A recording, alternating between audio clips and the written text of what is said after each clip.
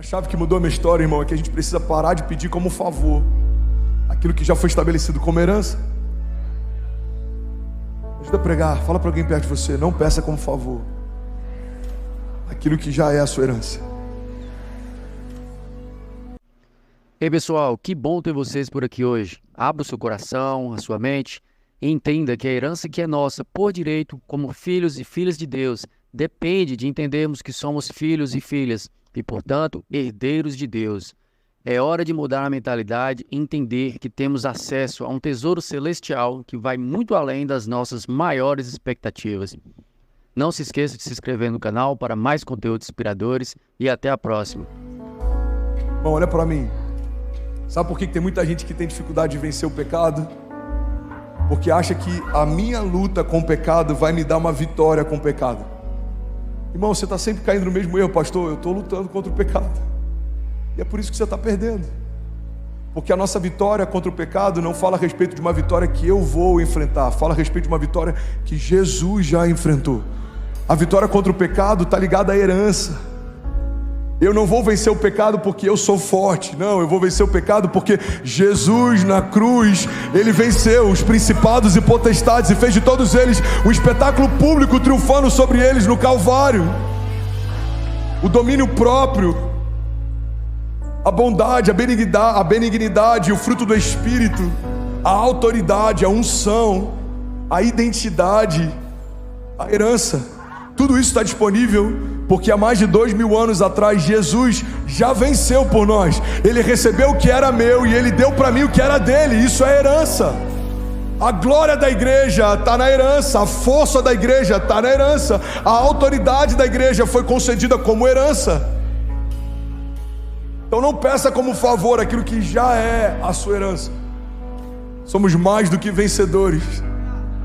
Em Cristo Jesus somos mais do que vencedores. Alguém está comigo? Diga amém. Outra coisa importante é a gente entender que nós somos como o nosso Pai é. Você é exatamente como o seu Pai é. Por isso que é tão importante sabermos quem o nosso Pai é. Porque quanto mais conhecemos a Deus, mais nós nos conhecemos. Quanto mais entendemos como Ele se move, mais a gente entende o que a gente carrega.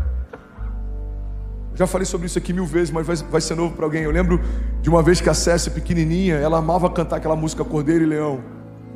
E ela me perguntou, pai, por que Jesus morreu como um cordeiro e Ele ressuscitou como um leão? Por que a música fala disso? Eu falei, filha, porque quando Jesus veio, Ele não veio para se defender, Ele veio para se entregar. E é por isso que Ele veio como um animal, um dos animais mais indefesos. Não existe dispositivo de defesa num cordeiro. Ele veio para se entregar, mas depois que Ele morreu e ressuscitou, Ele ressuscita como um leão. Ele é o leão da tribo de Judá, Ele governa. E eu quero que você lembre disso, irmão. Se somos filhos de Deus, somos assim como Deus é. Se Ele é um leão, nós somos também. A Bíblia diz que os ímpios fogem sem que haja ninguém a persegui-los, mas nós somos ousados como um leão. Alguém pode levantar sua mão e profetizar isso? Diga: no lugar do medo, coragem. No lugar da dúvida, certeza. Diga: no lugar de tudo que se levanta contra mim, diga: tudo que o céu já liberou sobre mim. No lugar das mentiras, promessas. No lugar da angústia, diga: a paz que excede todo entendimento. Nós não somos daqueles que retrocedem, nós somos daqueles que permanecem e serão salvos. Diga: independente do que se levanta, diga: eu sei quem me garante. Os meus inimigos vêm contra mim por um caminho, mas por 7 caminhos eles fugirão. Você pode celebrar Jesus no seu lugar. Aleluia! Aleluia! Aleluia! Provérbios 28:1. Os ímpios fogem sem que haja ninguém a persegui-los, mas os justos são ousados como um leão. Preciso correr porque eu ainda estou no primeiro pilar. Alguém está recebendo algo de Deus? Diga amém. Irmão, fomos feitos reis e sacerdotes. Antiga aliança, você se movia em uma dessas verdades ou em nenhuma delas.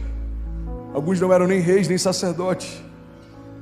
Mas na nova aliança fomos feitos reis e sacerdote. 1 Pedro 2,9 diz: vocês, porém, são a geração eleita, sacerdócio real, nação santa, povo exclusivo de Deus, para anunciar as grandezas daquele que os chamou das trevas para a sua maravilhosa luz.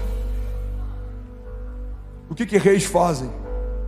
Reis governam, reis liberam destinos, reis liberam palavras, e essas palavras são acatadas. O que são sacerdotes? São aqueles que falam em nome de Deus, porque eles também gastam tempo ministrando na presença de Deus.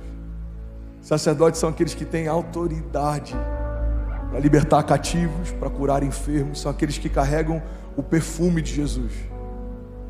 Irmão, você foi chamado para ministrar, mas também para liderar. Você foi chamado para ser sensível para ouvir, mas também para ser ousado para governar. Você foi chamado, e essa é a loucura que para alguns parece paradoxal, mas para nós é o nosso desafio, a nossa jornada de fé. Quando o inferno se levanta, somos ousados, somos revestidos de uma fúria. É como o amor de Jesus é um amor furioso, mas quando estamos no secreto, somos calmos, mansos, humildes. Nos prostramos diante de Deus, mas nos colocamos de pé com ousadia diante do inferno. A Bíblia fala sobre uma batalha em que vários exércitos se unem contra o exército do Deus vivo. E aí o rei, ele ora a Deus, ele pede socorro: Senhor, me ajuda, não tem como vencer, o exército é muito grande, os inimigos são muito fortes. Aí Deus dá uma palavra para ele, fala: você vai para a batalha e você vai levar o ministério de louvor à frente da batalha, e vocês vão cantando e vocês vão celebrando, e eu darei vitória a vocês. A Bíblia diz que no dia seguinte, no dia da batalha, o ministério de louvor vai à frente, eles vão celebrando a vitória, eles vão declarando a vitória. E quando eles chegam no campo de batalha, os inimigos se confundem e começam a se degladiar entre si. Então quando eles entram no campo de batalha, todos os inimigos já estavam vencidos. O único esforço que eles tiveram que fazer era tomar para si os despojos de guerra. O que a palavra está nos ensinando, irmão, é que o fato de termos as nossas batalhas vencidas por Deus não significa que a gente não precisa estar no campo de batalha. Os milagres não vão acontecer enquanto a gente está sentado no nosso sofá. Você precisa crer e não duvidar, você precisa se posicionar em fé, você precisa ser ousado, você precisa avançar. Os seus inimigos aqui baterão em retirada. É o que a palavra diz: as portas do inferno não prevalecerão. Irmão, portas não são armas de ataque, portas são dispositivos de defesa. O que a palavra está dizendo é que a igreja vai marchar em direção ao inferno, e as portas do inferno não prevalecerão. Alguém comigo aqui, pelo amor de Deus? Aleluia! Aleluia! Uma das coisas que o inferno mais tem usado nos dias de hoje é o medo a partir de uma política de cancelamento. Eu não vou falar sobre ideologia de gênero porque eu posso ser preso. Eu não vou falar sobre ideologia de gênero porque eu posso ser sancionado. Eu não vou falar sobre algumas loucuras que a gente está vendo hoje porque a gente pode ser combatido. Eu não vou falar sobre uma agenda progressista porque a gente pode ser denunciado. Irmão, se nós pararmos de falar sobre o reino que fazemos parte e sobre a verdade que nós cremos, nós perdemos a essência de sermos quem somos.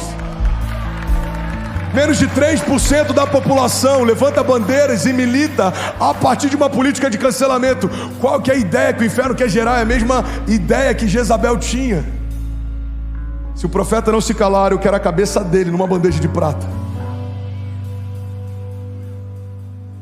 Quando calarem os profetas e a voz profética da igreja, se calarem aquilo que nós cremos e a nossa autoridade, aí, irmão, não faz sentido sermos chamados povo de Deus, porque a Bíblia diz que são os ímpios quem fogem, não nós.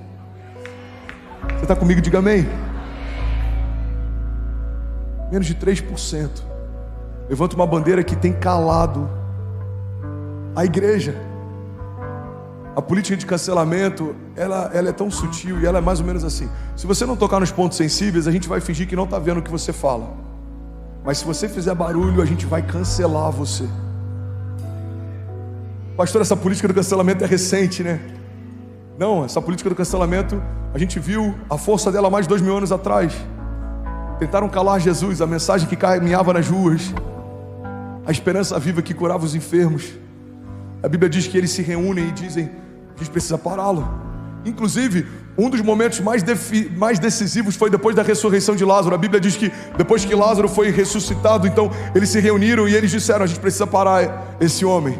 e então tramaram a morte de Jesus. É isso que a religião faz, é isso que os perseguidores da verdade de Deus fazem.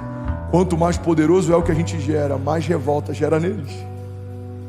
O que eles não sabiam é que a morte de Jesus não era o final de uma revolução, era o início dela. Tentaram calar a voz profética de Jesus, liberaram voz profética sobre a igreja. Tentaram apagar a luz de Deus. A partir da morte de Jesus e da sua ressurreição, a luz de Deus agora brilha dentro de cada um de nós. Irmão, a igreja sempre sai mais forte de uma perseguição. A gente precisa caminhar debaixo de poder e de autoridade. Alguém comigo aqui?